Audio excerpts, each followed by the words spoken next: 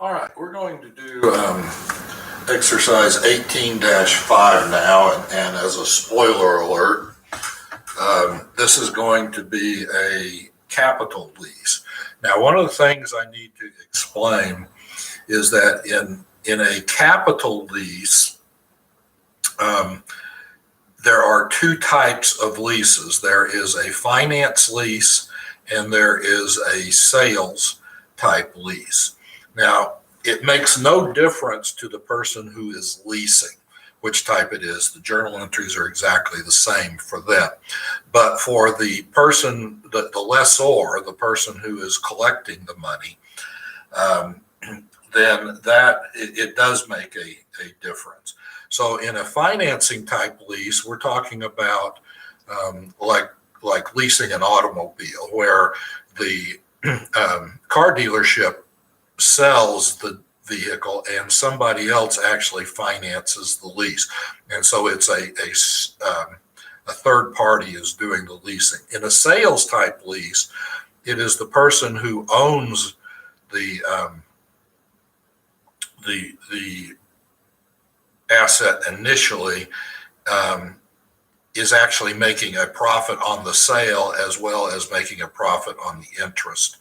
And so that's a sales type lease. And really, the only difference there is that you have to insert a cost of goods sold into the lease on the lessor side of things. The lessee, like I said, will be exactly the same. So this is going to be a finance type lease. And I'm going to go ahead and read this. It starts on 1119 and goes over to page 1120. And it says, on January 1st, 2019, Holt National Bank acquired a fleet of trucks to be leased to J. Rivers Company. H&B paid $105,000 to acquire the vehicles, which is also the fair value of the fleet. The lease term follows annual rental payments of $36,272 are due on January 1st of each year. The lease term is 3 years. There is no residual value or purchase options. The economic life of the asset is 3 years, and the lessee's incremental borrowing rate is 5%. The lessor's implicit rate is not known to J. Rivers Company. Okay. Over on the next page, it says included in the rental payments are annual sales taxes and maintenance. Annual sales taxes equal $500 paid to the lessor on January 1st of the year and represent a lease component. Annual maintenance is $800 and is paid to the lessor at the beginning of the year. The maintenance is a non-lease component, and the lessee elected not to allocate the consideration to the lease and non-lease components due to immateriality. The lessee has elected to account for each separate lease and non-lease component as a single component. So now we're combining the two. Even though we have a non-lease component, we are combining the two here. And then H&B has no material uncertainties regarding the future costs to be incurred under the lease, and the collectability is reasonably assured. J. Rivers depreciates similar vehicles that it owns using a straight line method. All right. So the first thing we have to do is classify this lease. And like I've said, already given you the spoiler alert that this is going to be a finance type capital lease. But let's go down through the classification elements. So the first one is, does title transfer? And it says in here,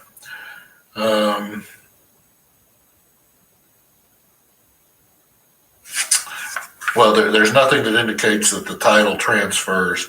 And so category number one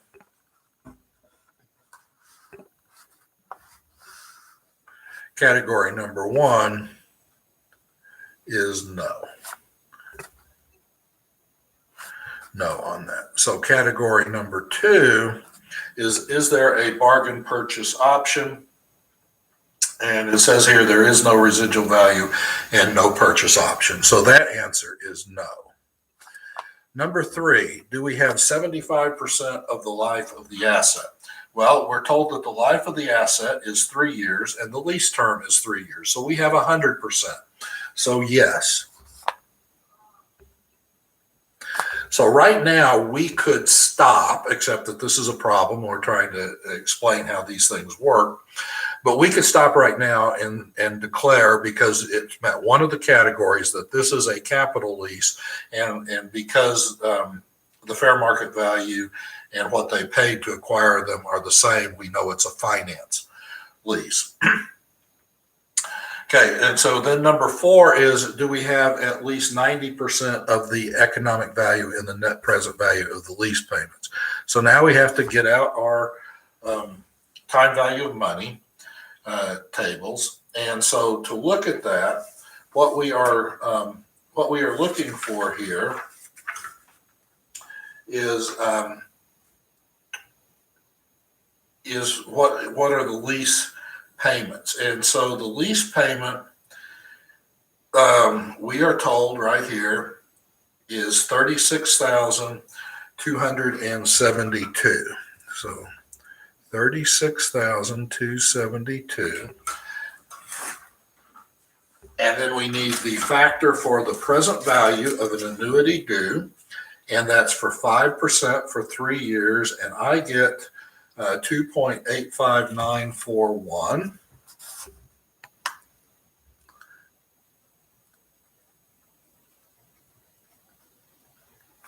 And when we put that into our calculator, 36,000.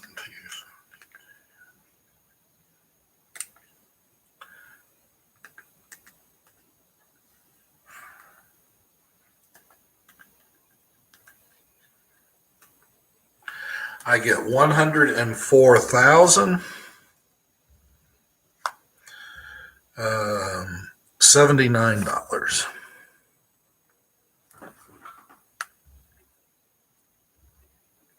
And that's rounded, $79.24. So then we divide that by the fair market value, which we are told is $105,000. This is a pretty obvious case in this situation. So, but we divide that by 105,000, and we get 99%. 0.99 or 99%. And so that very clearly meets number 4, so the 90% or more. So yes. And so for category number 4, this is met. And then it's a fleet of vehicles. There's nothing to indicate that the trucks are specialized. So category 5 would be no. So it appears that we meet the capital lease criteria on two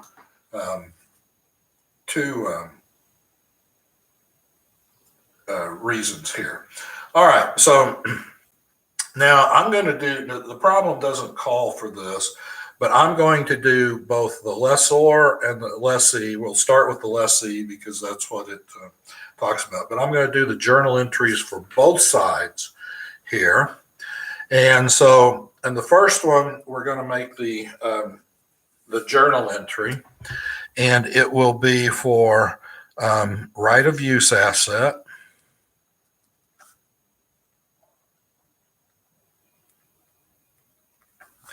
And that will be 104,079. And then we'll have lease liability. 104,079. Now, at the same time, we're going to make the first lease payment, right? And so the first lease payment is going to take off the lease liability. And that amount is what we've done right here, the 36,272. And we're going to pay cash for that. Okay, so that takes care of our initial journal entry. Now it's good to do a T account here. And let's see, where does it show up? Well, yeah, it'll show up there. T account here. So we put our leased asset at 104, or we could do the lease liability. That might be better. 104,079. And then we take the 36,272, and that's going to give us a balance. And that balance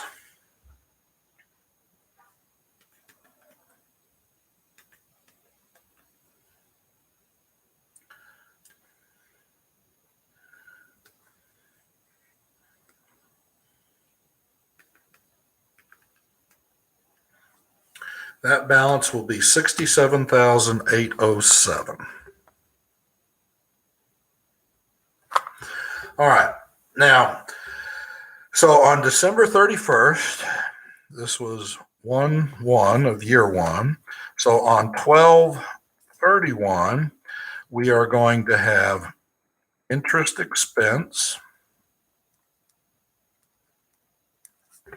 And that will be for the 5% times this balance, the 67,807. So multiply that times 5%. And I get 3,390.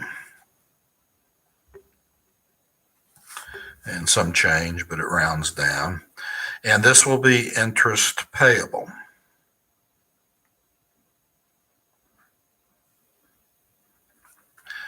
$3,390. Now, you'll notice that this is different than the operating lease, right?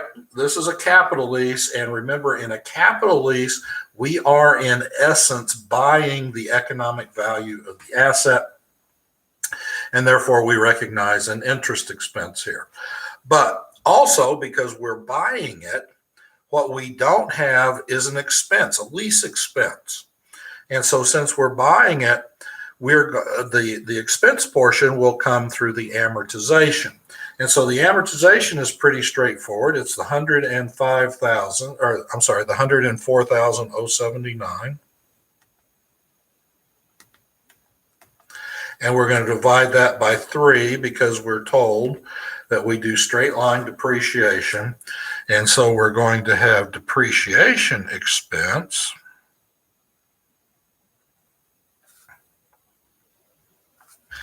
And that's going to be 34,693. Just the 104,079 divided by 3. And we'll have accumulated depreciation. All right, so that takes care of year one. Now, I'm going to move this up, and we're going to do the lease payment for year two. Now, this one you're going to have to back into a little bit because we're going to pay cash, and we're going to have 3 lines here. We're going to have lease liability. We're going to have interest payable.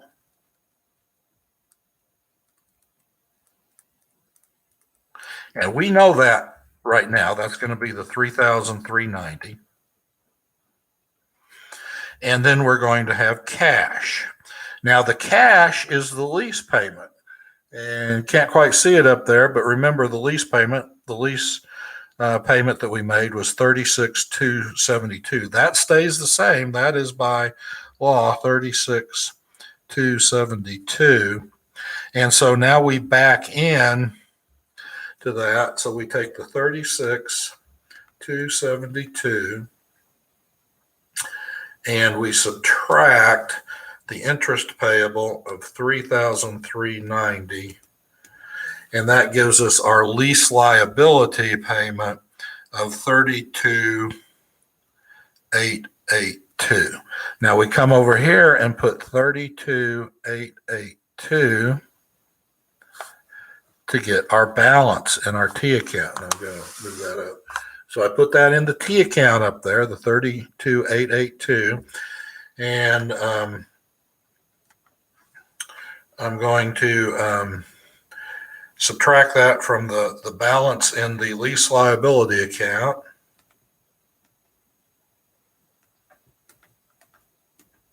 And that will give us a balance of 34,927. All right, move that back up. And we will go ahead and do the year. Well, we'll do the closing entries on 12/31 of year 2. Okay, so the first thing we're going to have is we'll take the 34,927 that we just calculated, and we will multiply that times 5%. And that gives us 1,746. So our interest expense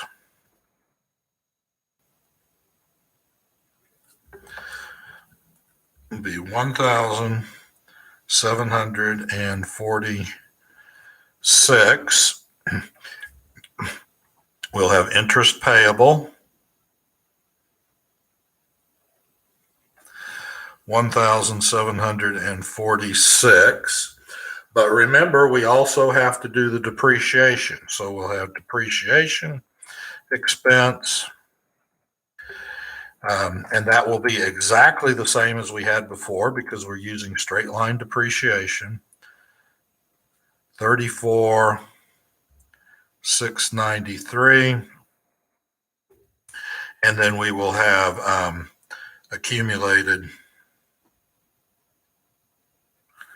depreciation for 34,693. Now, the only other thing we have to do is we have to make our lease entry for year 3. Well, actually, we've got 2 more things, so I'm going to slide this up a little more. I'm going to make our year 3 entries now. And so we're going to have lease liability.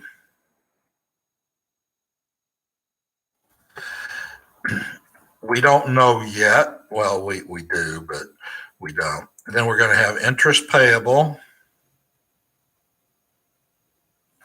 And of course, we're going to have the cash. We already know the cash amount is 36,272. We already know the interest payable, the 1,746. So we take the 36,272.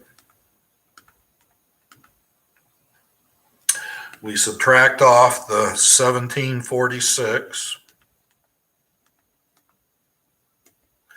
And that gives us 34,526. So we've got just a little bit of a rounding error there.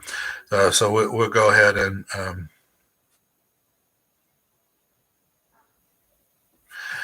so that gives us just a hair of a rounding error to get rid of our lease liability, but that's okay on that. So anyway, that is then at the end, you're just going to have to do, you won't have an interest expense anymore, but you will have to make your depreciation entry at the end of year 3. All right, so that is exercise 18-5.